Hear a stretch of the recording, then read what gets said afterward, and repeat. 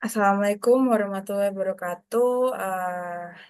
Perkenalkan, saya Salma Fauzia Firdaus dengan NIM 082111633095. Jadi pada video kali ini saya akan menjelaskan paper acuan yang akan menjadi proyek akhir dari tugas mata kuliah Informatika Biomed, yaitu tentang deep learning method for breast cancer classification in the pathology image gitu. Jadi latar belakangnya ini sendiri, kanker payudara adalah jenis kanker yang paling sering menyerang wanita di seluruh dunia dan menjadi penyebab utama kematian akibat kanker pada wanita. Diagnosis dini sangat penting untuk menurunkan tingkat mortalitas. Tetapi metode diagnostik tradisional seperti analisis histologis melalui imunohistokimia memiliki beberapa keterbatasan. Yaitu yang pertama prosesnya tuh sangat manual, yang mana dia membutuhkan pengamatan mendalam oleh eh, sang patolog. Kemudian metode ini juga rentan terhadap perbedaan antara pengamat, yaitu biasanya terjadi subjektivitas gitu. Kemudian sangat memakan waktu, terutama dengan meningkatkan jumlah gambar patologi digital.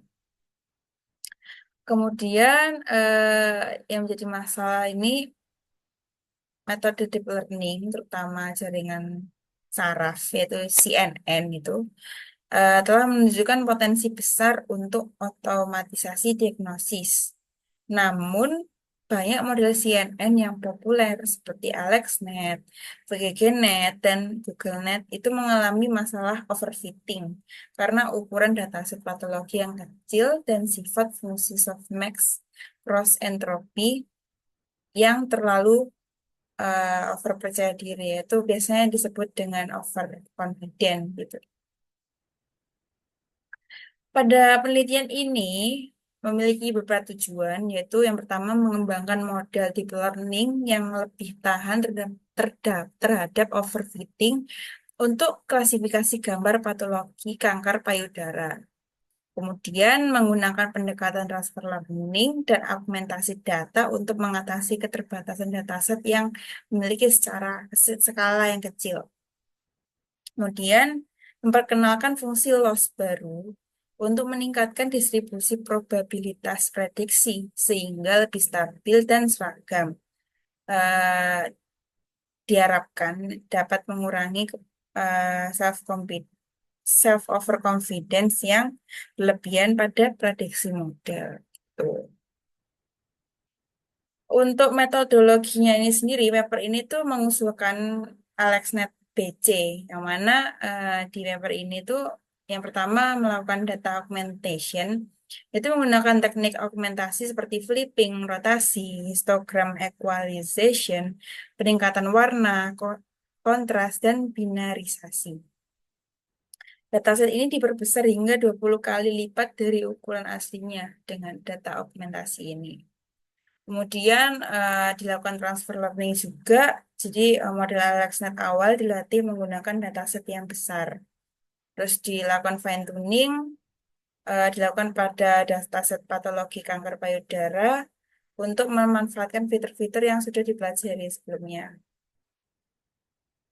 Kemudian dimodifikasi arsitekturnya yaitu menambahkan satu lapis Fully Connect tambahan untuk meningkatkan kemampuan pembelajaran nonlinear.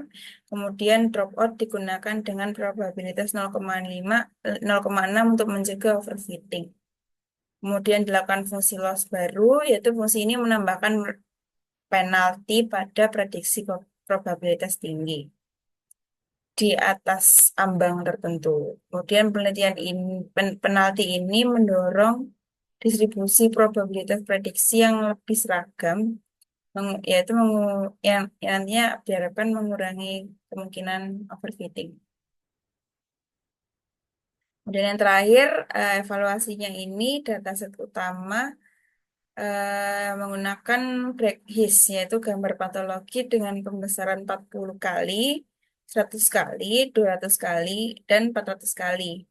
Dataset tambahan untuk validasi generalisasinya itu nanti menggunakan IDC dan UCSB.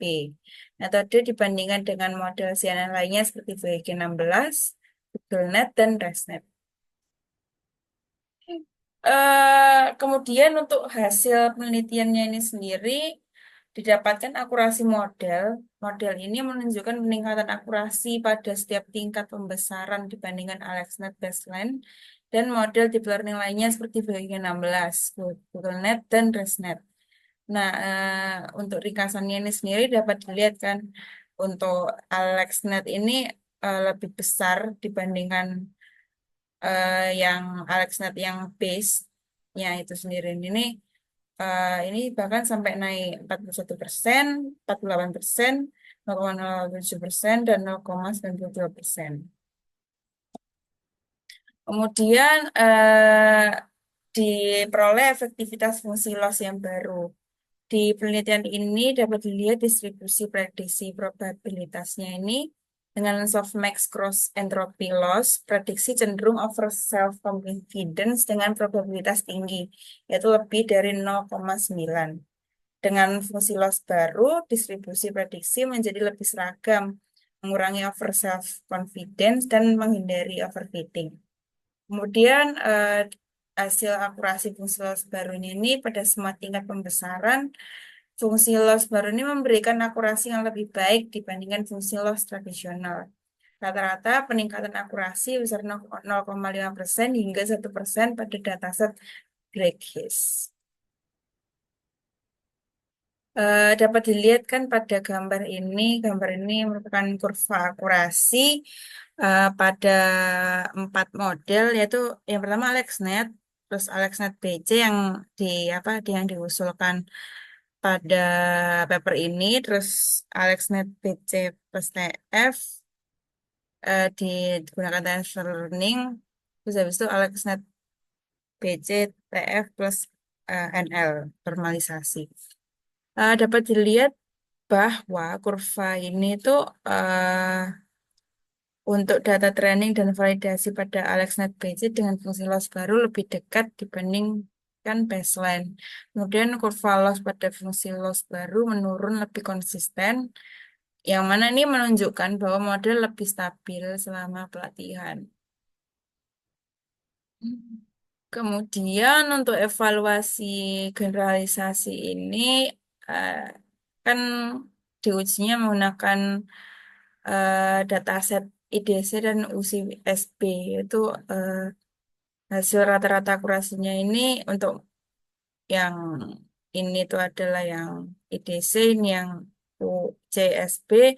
Hasilnya itu menunjukkan bahwa AlexNet PC lebih unggul dalam generalisasi dibanding model lainnya. Dan ini menunjukkan akurasi yang lebih tinggi pada dataset dengan distribusi data yang berbeda.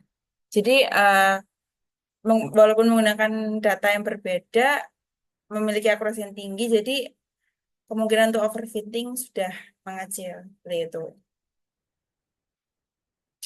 Kemudian didapatkan bahwa keunggulan model ini itu data dokumentasi meningkatkan akurasi dataset tanpa kehilangan informasi yang penting.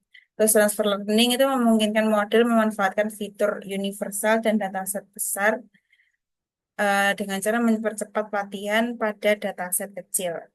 Kemudian untuk fungsi loss ini sendiri membatasi self confidence sehingga lebih adaptif terhadap berbagai situasi klinis. Jadi kalau misalnya ditambahkan gambar atau gambarnya udah berbeda, model ini lebih mudah untuk mengenali gitu. Terus untuk keterbatasan penelitian ini, model ini tidak mencakup deteksi area spesifik dari lesi, hanya fokus pada klasifikasi global. Ketergantungan pada dataset berkualitas tinggi dapat membatasi aplikasi model ini pada gambar dengan resolusi rendah atau kualitas buruk. Kemudian potensi pengembangan untuk penelitian selanjutnya, integrasi segmentasi semantik untuk mendeteksi area lesi spesifik dapat memperluas aplikasi klinis model ini. Penelitian lebih lanjut dapat mengeksplorasi transfer learning dari dataset yang lebih relevan secara medis.